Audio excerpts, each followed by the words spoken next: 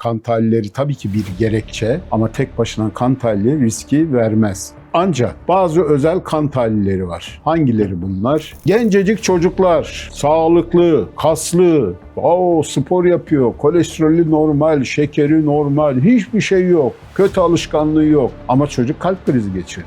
İşte bunlarda bakılması gereken, sürekli oturduğu yerde 16 saat kıpırdamayan insanlar var. Bir bakmışsın derin ven trombozu, akciğer embolisi ve o hastayı kaybetmişiz. Bildiğin kalbin kasından biyopsi yapmışlar. Orada bile plastilere rastlanılmış. Peki bu plastiler sadece kalp damar sağlığını mı etkiliyor?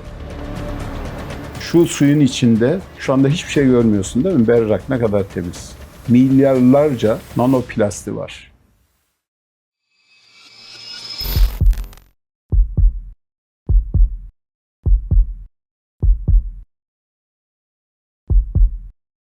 Hocam selamlar, hoş geldiniz. Merhabalar, merhabalar. Nasılsınız hocam? Vallahi İstanbul'da yağmur yağdı. Trafik zaten çileydi. Şimdi çilenin üstünde oldu. Zor geldim ama koşarak ameliyattan geldim. Önemli şeyler söyleyelim, insanları bilinçlendirelim. Evet hocam, yine sorularımla karşınızdayım. İlk sorumla başlıyorum. Kan tahlili sonuçlarına bakarak bireyler evlerinde nasıl kendi damar ve kalp krizi risklerini hesaplayabilirler? Şimdi aslında bir insanın tek başına bunu hesaplaması ya da yapay zekaya sorması çok doğru değil. Çünkü biz bir hastanın riskini hesaplarken ya da düşünürken mutlaka kafamızda bir güzel bir formülize ediyoruz. Kan tahlilleri tabii ki bir gerekçe ama tek başına kan tahlili riski vermez. Ancak bazı özel kan tahlilleri var. Hangileri bunlar? İşte HSCRP, yüksek duyarlı CRP.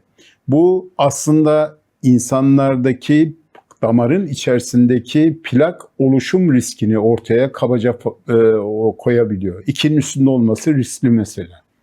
Ya da işte trigliseritle HDL'nin oranı. Bu oran çok çok önemli. Başka işte HDL ile total kolesterol, yani iyi huylu kolesterolle bütün kolesterolü birbirinize böldüğünüzde 5'in üstünde olması önemli bir uyarı. Başka işte 3 aylık şeker, hemoglobin A1C'nin 5,5'ün üstünde olması insülin direncine işaret olabilir. Aynı zamanda şekere doğru gidiyorsunuz demektir. Şeker hastalığı biliyorsun, hep söylüyorum, bir damar hastalığı aslında. Damarları etkileyerek insanlarda maalesef sıkıntılar yaratıyor. Başka işte özellikle homostein denen bir parametre var. Bu homosteinin 70'in üstünde olması çok manidar. Sizde damar tıkanıklığı ya da kalp krizi riskiniz artabilir. Hocam gencecik çocuklar, sağlıklı, kaslı, spor yapıyor, kolesterolü normal, şekeri normal, hiçbir şey yok, kötü alışkanlığı yok ama çocuk kalp krizi geçirdi. İşte bunlarda bakılması gereken genetik yatkınlık. Hangileri? Lipoprotein A, apoprotein B. Buna mutlaka baktırın. Özellikle genç yaşta ailede ölüm, sebepsiz kalp krizleri, sebepsiz inmeler, sebepsiz stentler, sebepsiz anjiyolar olan insanları buradan uyaralım. Bu testler hızlıca ilk akla gelmesi gereken testler. Bunları en azından yaparsınız. Size bazı fikirler verir. Ama yine de kalp kriz riskiniz var mı? Bir doktora danışmanız gerekir. Yüksek tansiyonu ve kolesterolü olan biri ilaç aşamasına gelmeden önce yaşam tarzıyla bu değerleri ne kadar sürede ve nasıl kontrol altına alabilir? Şimdi ailevi kolesterol yüksekliğin yoksa, yani genetik olarak sen ne yaparsan yap kolesterolün yükselir. Çünkü onlarda bazı enzimler eksiktir. Kolesterolün yükselir. Bunların zaten ilaçtan başka çareleri yok. Ama normal vatandaş, hoplayan zıplayan vatandaş, spor yapan, diyetine dikkat eden insana hadi sana gel kolesterol ilacı verelim dememeliyiz. Tansiyon. Şimdi tansiyon hep anlatıyorum. Tansiyon dediğimiz şey aslında %80 sebepsiz, sebebi yok. Esansiyel. Ama bu esansiyelin içinde bildiğimiz bazı suçladığımız sorunlar var. İşte dediğin gibi yaşam tarzı, kötü beslenme, kötü alışkanlıklar, uykusuzluk, stres, kişilik yapısı, evhamlı olması. Bol miktarda hazır gıda, gizli tuz tehlikesi. İşte bol miktarda alkol tüketilmesi, bol miktarda kafein tüketilmesi, bol miktarda enerji içecekleri tüketilmesi, bunlar büyük sıkıntı. Ama biz biliyoruz ki 10 kilo verirsen, diyelim ki kilolu bir insansın, obez bir insansın. 10 kilo verirsen tansiyonun 2 birim düşer. Yürürsen tansiyonun 1,5 birim düşer. Akdeniz diyetiyle beslenirsen tansiyonun 1 birim düşer. Aralıklı oruç, yani 2 öğün beslenirsen tansiyonun 1 birim düşer. İşte bol miktarda özellikle tansiyon düşürücü, kolesterol düşürücü gıdalarla beslenirsen, nedir bunlar? İşte Akdeniz tip mutfakla beslenen insanların o yüzden kolesterolleri yüksek olmuyor. O yüzden bu insanların tansiyonları yüksek olmuyor. Hep söylediğim bir şey var. Gidin Korsika Adası'nda yaşlı amcalar 90 yaşında, 93 yaşında, ip gibi zayıf ve bu adamlar bisiklete biniyorlar. Her yere arabayla gitmiyorlar. 2, bu adamlar o kadar güzel besleniyorlar ki, işte biraz önce anlattığım bakliyatla, sebzelerle, salatalarla, bol miktarda baharatla, acı biberle. Bu insanlar gazlı içecek içmiyorlar. Bu insanlar işlenmiş et yemiyorlar. Bu insanlar hazır gıda tüketmiyorlar. Fast food gıda tüketmiyorlar. Bu insanlar eti bunyon, tavuklu bunyon yemiyorlar. Bu insanlar sofralarında her şeyi mümkün olduğunca, karınca kararınca doğal besleniyorlar. Ve bu insanlar ya bisiklete biniyorlar, ya yürüyorlar ya da yüzüyorlar. Hep söylediğim şey neydi? 4 tane çok önemli spor dalı var. En birincisi raketli sporlar. İkincisi bisiklet. Üçüncüsü yüzme. Dördüncüsü yürüme. Bunlar kalp damar sağlığına acayip etkili ve faydalı. Kalp devamlı yapılan ritmik sporları, onu heyecanlandıran, onu hızlandıran sporları sever. Nokta. Ablasyon operasyonu geçirmiş birisi tüm değerleri normale dönmüşse kolesterol ilacını ve kan sulandırıcıyı ömür boyu kullanmalı mı?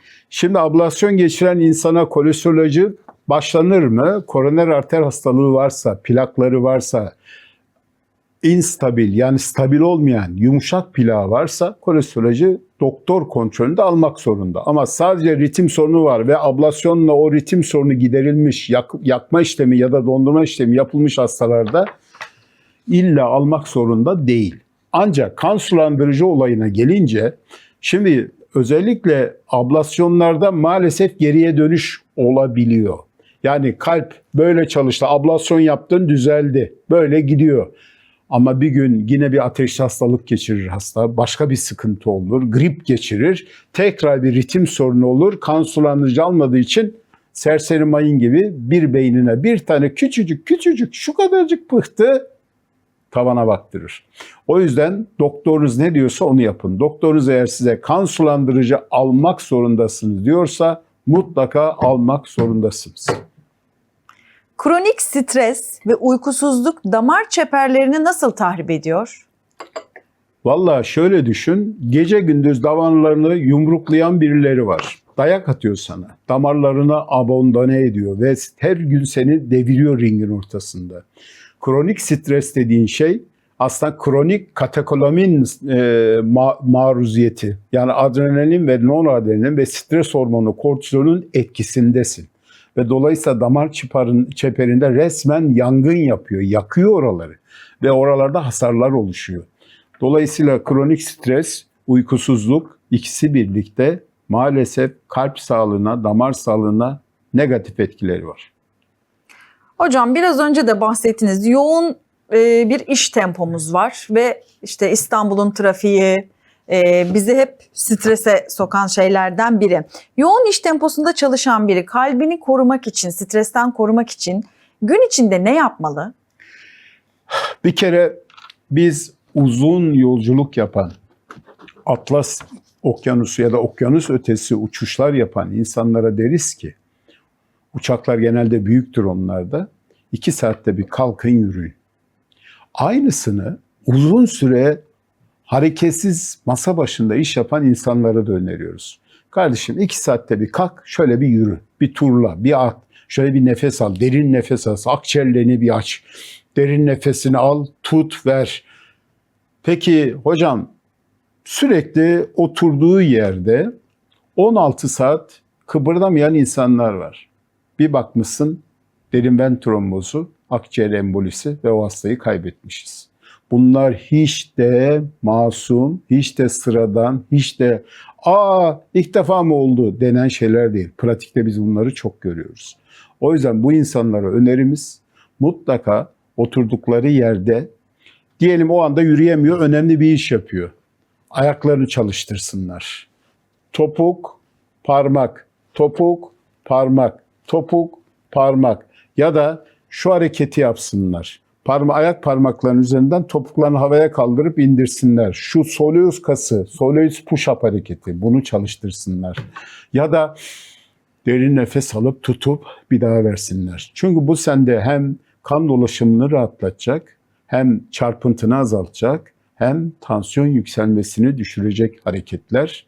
Tabii bu arada masa başında saatlerce oturan insanlar bol miktarda kafein tüketmek yerine bir kafein, diyelim bir fincan kahveyi içtin, 2 bardak da su için.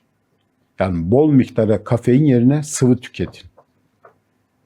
Son araştırmalar insan şah damarı plaklarında mikroplastikler buldu. Soluduğumuz havadan, pet şişelerden aldığımız mikroplastikler damarlarımızın içinde ne yapıyor? Valla ben şah damar ameliyatı çok yapıyorum. Şah damarından plak çok çıkarıyorum. Hakikaten İtalya'da yapılan bir çalışmada artık teknoloji o kadar ilerledi ki elektron mikroskobuyla nanometre dediğimiz şey 1 milimin milyarda biri. Onu bile görebiliyoruz artık. Bizim normalde damarda şurada bir hasar oluyor. Sonra buraya tromboz hücreleri gelip orayı tamir ediyor. Aslında onlar bildiğin marangozlar gelip oradaki hasarı, ama bu zıvanadan çıkınca plaklar oluşuyor. Çok fazla miktarda kolesterol geliyor ve birikiyor. İşte bizim ana hedefimiz, yani buradaki çatlağı biz işte tansiyon oldu, ondan oldu, gribal enfeksiyondan oldu. Aslında bir de neden oluyormuş biliyor musun? Mikroplastilerden. O mikroplastiler damar sertliği, aterosklerozu başlatan sebeplerden, etmenlerden bir tanesi. Sadece bu mu? Japonya'da yine yapılan bir çalışma var. Kalp kasında, bildiğin kalbin kasından biyopsi yapmışlar. Orada bile plastilere rastlanılmış. Peki bu plastiler sadece kalp damar sağlığını mı etkiliyor? Kanser yapıyor. Peki bazen hastalar bana soruyorlar haklı olarak. Hocam sebze yiyin diyorsunuz, brokoli yiyin, kabak yiyin, onu yiyin, bunu yiyin, semizotu yiyin, kırmızı pancar yiyin. Bunlar nitrattan zengin, bunlar aynı zamanda potasyumdan zengin, işte antioksidan etkili, bunlar çok faydalı, tansiyonu düşürüyor, damar sertliğini engel. Doğru. Ama hocam siz pestisitlerden hiç bahsetmiyorsunuz diyorlar. Hey benim halkım, şu suyun içinde şu anda hiçbir şey görmüyorsun değil mi? Berrak, ne kadar temiz. Milyarlarca nanoplasti var. Sen istediğin kadar cam şişede iç. Sen istediğin kadar cam damacanadan su al. İlla ki su kaynağına plastiler çevre kirliliğinden bulaşıyor ve senin şu içtiğin suda bile milyarlarca, şu anda elektron mikroskobuna koysak o partikülleri belki de görürüz. Dolayısıyla yapmamız gereken mümkün olduğunca, en azından hocam ne yapalım, tamam onu yapma, bunu yapma. Yapabildiğimiz kadar evimizdeki aletlerimiz, elimizdeki koruma kaplarımız camdan oluşsun. Mümkün olduğunca cam su içelim. Mümkün olduğunca damacanadan su içelim. Ama bu da sizi tam korumuyor. Hava kirliliğinin yoğun olduğu günlerde kalp krizi ve inme oranlarının arttığı söyleniyor. Akciğerden giren kirli hava damarı nasıl tıkar? Şimdi çevre etmenler o kadar önemli ki.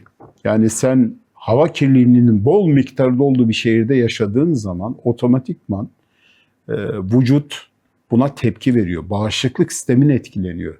İşte bu alveol dediğimiz ya bronşlar, nefes borumuz, buralarda silyer aktiviteli özel hücreler var. Bunlar nefes yoluyla aldığın yabancı maddeleri, mesela sigara içiyorsun. Onlar alıyor, bunları parçalıyor.